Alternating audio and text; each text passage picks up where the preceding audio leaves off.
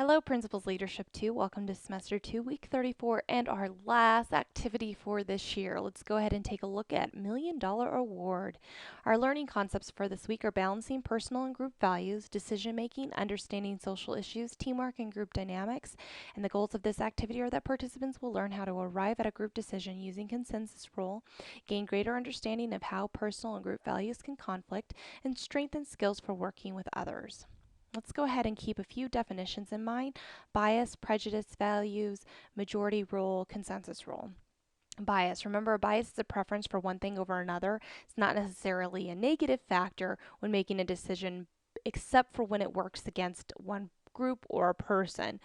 Prejudice is an opinion people hold despite facts that indicate otherwise. The prejudice may also be preconceived idea, usually unfavorable, that the person uses to make decisions or choices. Values, these are the things like people, beliefs, places, etc., that people find personally important for and meaningful to them. Majority rule is that means the majority decides. Each person gets a vote, but the majority is greater than 50% of the members of the group wins. Majority rule offers a way to make decisions quickly without spending a lot of time debating, whereas consensus rule is a way for a group to take and make a decision without voting.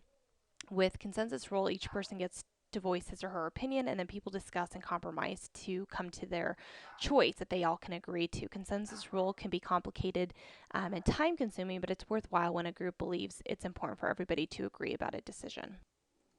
So here's the activity for this week. Today you're going to consider yourself members of a board of directors for an organization that will be giving one deserving person a $1 million award. This award is a grant, which means the person who receives it will never have to pay it back. Having received it, this person can use it in any way she or he thinks is appropriate as long as it fits into the purpose for which the grant was given. All of the possible award recipients submitted applications explaining how they would use the money. Your board will monitor this, but for the most part, we'll leave it up to the person receiving the money to be truthful and honest regarding how the grant will be used.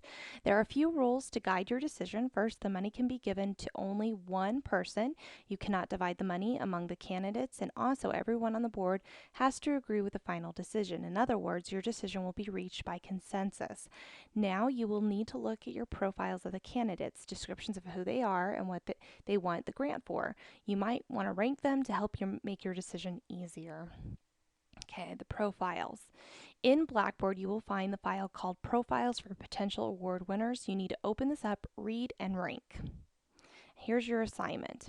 You will complete this activity by sharing your ranking of who is most deserving to who is least deserving. In addition, you will share your rationale as to why the number one person is the number one choice.